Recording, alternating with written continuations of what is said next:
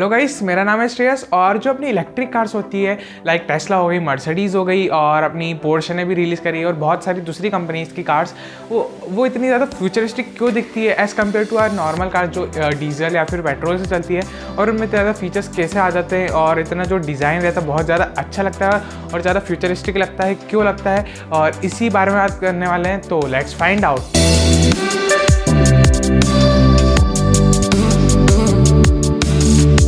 First of all, अगर अपन past की बात करें इलेक्ट्रिक कार्स की, तो आपको लगता होगा कि जो पास्ट है मतलब ज़्यादा पुराना नहीं, अराउंड अपनी जो 21st सेंचुरी में ही चालू हुआ होगा, लेकिन ऐसा नहीं है। वो 19th सेंचुरी में मतलब end of 19th century 1890s में चालू हो गया था, बिकॉज 1890s में फर्स्ट इलेक्ट्रिक कार रिलीज़ करी गई थी और अराउंड 1895 तक आते हैं तो बहुत ज़्यादा फेमस हो गई थी इलेक्ट्रिक कार्स। अराउंड 14,000 यूनिट्स उसके बिक चुके थे, जो बहुत ज़्यादा बड़ा नंबर होता है उस टाइम के हिसाब से। और इसकी टॉप स्पीड की बात करें तो अराउंड 14 माइल्स या फिर 20 किलोमीटर पर आवर की स्पीड थी, जो उस टाइम बहुत ज़्यादा मानी जाती थी। लेकिन अभी तो आप समझ सकते हैं इससे फास्ट तो कोई पर्सन भाग लेता है। और अगर आप देखें टेस्ला रोडस्टर 1.1 सेकेंड, तो आप समझ सकते हैं क्या है, मैं बताऊँगा, पूरा wait and watch. So why electric cars are so futuristic? इसका रीज़न ये है कि वो रियली में फ्यूचरिस्टिक होती है। हाँ, वो फ्यूचरिस्टिक तो होती ही है। और अगर अपन देखें इसका पास्ट तो बहुत पुराना है, जैसे आपको मैंने बताया 1890s का, लेकिन अभी जो 21st सेंचुरी में अब जा के थोड़ी और ज़्यादा फेमस होने लग गई है। लेकिन जो अपनी 20th सेंचुरी थी, मतलब 19 वाले में, तो उसमें मतलब इतना ज़्यादा उसको भाव नहीं दिया जाता था, मतलब उसका ज़्यादा इतनी प्रेफरेंस नहीं दी जाती थी। लेकिन जितना अपने डीजल और पेट्रोल वाली कार्स को दिया जाता था, बिकॉज वो उनको लगता था कि वो इतनी ज़्यादा एफिशिएंट नहीं है और इतना ज़्यादा लोड को कैरी नहीं कर पाएगी, इसकी वजह से तो वो पेट्रोल और डीजल वाली कार्स ही लोग मोस्टली प्रेफर करते थे। और मतलब ऐसा कर दिया जाता था कि जो इलेक्ट्रिक कार्स उसको नेगलेक्ट करा जाता था, बिकॉज इतनी ज़्यादा उनको लगता था कि टेक्नोलॉजी इतनी ज़्यादा इवॉल्व नहीं हुई है, जिसके हिसाब से मतलब कि उनको हर जगह चार्जिंग स्टेशन मिल जाए, जैसे पेट्रोल पंप्स मिल जाते हैं, इसलिए वो उसको बिल्कुल भूल जाता था कि इलेक्ट्रिक कार्स भी एग्जिस्ट करती है। और जो इलेक्ट्रिक कार्स के मॉडल रहते हैं, मतलब जैसे सबसे पीछे पहली बात करें तो एग्जॉस्ट रहता है, तो इलेक्ट्रिक कार्स में तो एग्जॉस्ट रहता ही नहीं है, मतलब धुआं या फिर काला धुआं वो तो निकलेगा ही नहीं, तो इसकी वजह से और ज़्यादा अच्छी लगती है। और इसकी जो एरोडायनामिक्स इतनी ज़्यादा अच्छे लगते हैं, मीन्स जो कर्व्स रहते हैं और बहुत ज़्यादा मतलब स्लीक रहते हैं, इसका रीज़न ये है कि उनको जो अपनी बैटरी की एफिशिएंसी रहती है, मतलब जो मैन्युफैक्चरर्स रहते हैं उनको अपनी बैटरी की एफिशिएंसी बढ़ानी रहती है, तो उसका डिज़ाइन जो रहता है और ज़्यादा स्लीक करते थे। जैसे कि आप टेस्ला में देख सकते हैं, तो मतलब बॉक्सी टाइप की फील आपको बिल्कुल नहीं मिलेगी इन कार्स में, मीन स्पोर्ट्स कार या फिर मतलब एरोडायनामिक्स जो उनको बहुत ज़्यादा प्रेफर करना पड़ता है, जिससे ड्रैग कम से कम हो, तो वो इसलिए ज़्यादा एरोडायनामिक्स से ज़्यादा प्रेफर करते हैं, जिसकी वजह से जो अपनी टेस्ला कार्स या फिर जैसे कि इलेक्ट्रिक कार्स बहुत ज़्यादा स्पोर्ट्स कार दिखती है। सबसे बड़ा इशू आ जाता है ग्रिल्स के साथ, जो सामने ग्रिल्स रहती है जिससे एयर इनटेक होती है इंजन्स में, जिसकी वजह से वो इंजन ठंडा रह पाता है, तो वो इलेक्ट्रिक कार्स में तो रहता ही नहीं है। जो अपनी नॉर्मल कार्स रहती है उनमें मतलब उनको डिज़ाइंस बनाने पड़ते हैं कि किस टाइप की हम ग्रिल्स लगाएं। और जैसे BMW में आप देख सकते हैं डुअल रिंग्स मिल जाती है, या फिर आपको दूसरी कंपनीज जीप में मिल जाता है, वो बहुत सारे टाइप के बॉक्स टाइप के बना देते हैं। और निसान में देख सकते हैं आप BMW, मर्सिडीज़ एंड दूसरी कंपनीज़ में, तो उनको ऐसा कुछ देखना ही नहीं पड़ता, बस उनको सामने से लगा देते हैं, जिसकी वजह से एयर की उनको ज़्यादा ज़रूरत नहीं पड़ती है और इसकी वजह से जो उनका ड्रैग रहता है वो और थोड़ा कम हो जाता है। इसलिए इलेक्ट्रिक कार्स में उनको ग्रिल्स की ज़्यादा ज़रूरत नहीं पड़ती, बिकॉज जो मोटर्स रहती है वो इतना ज़्यादा हीट प्रोड्यूस नहीं करती है, मतलब बहुत ज़्यादा एक्सेस में हीट, और जो उसकी बैटरीज रहती है वो इतनी ज़्यादा ओवर हीट नहीं होती है।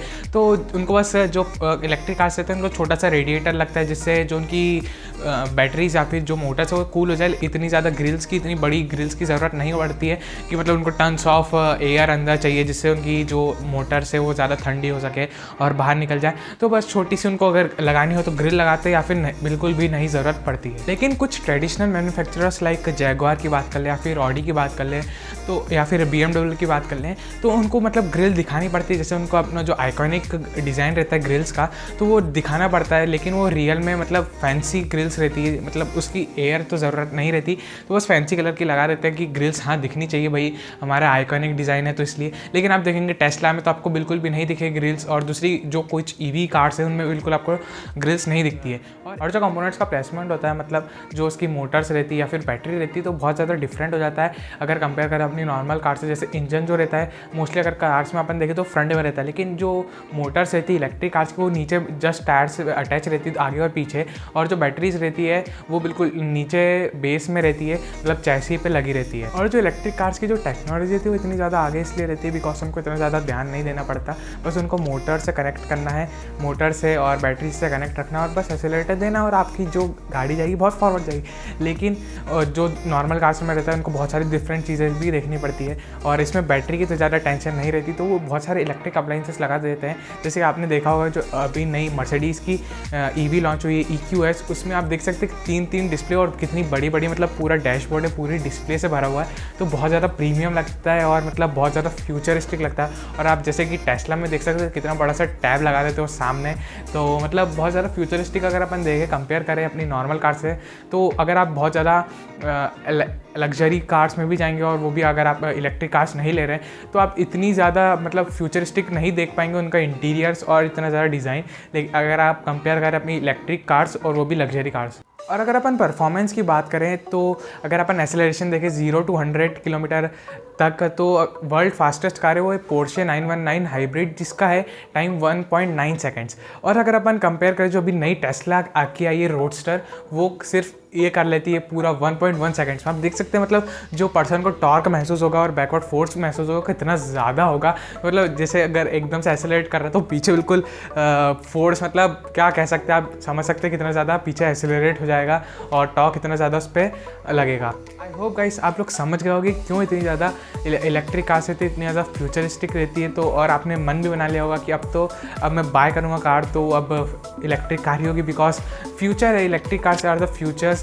Because in the next decade आप देख सकते हैं मोर देन इलेक्ट्रिक कार्स आपको दिखेगी than the normal cars like petrol and diesel. Because आप समझ सकते हो एट द एंड जो अपने फॉसिल फ्यूल से एक टाइम पे ख़त्म हो जाएंगे, लेकिन इलेक्ट्रिसिटी तो हमेशा रहनी है। और हम फ्यूचर में पता नहीं क्या दूसरी चीज़ें मतलब इन्वेंट कर ले जिससे और ज़्यादा एनर्जी प्रोड्यूस हो सके और जो भी रिन्यूएबल एनर्जी हो, मतलब जो पॉल्यूशन नहीं करे इलेक्ट्रिसिटी प्रोड्यूस करने में। अगर आपको वीडियो अच्छी लगी तो जल्दी से लाइक कर देना, सब्सक्राइब कर देना चैनल को। तो मिलते हैं बहुत जल्दी से एक नई नेक्स्ट वीडियो में।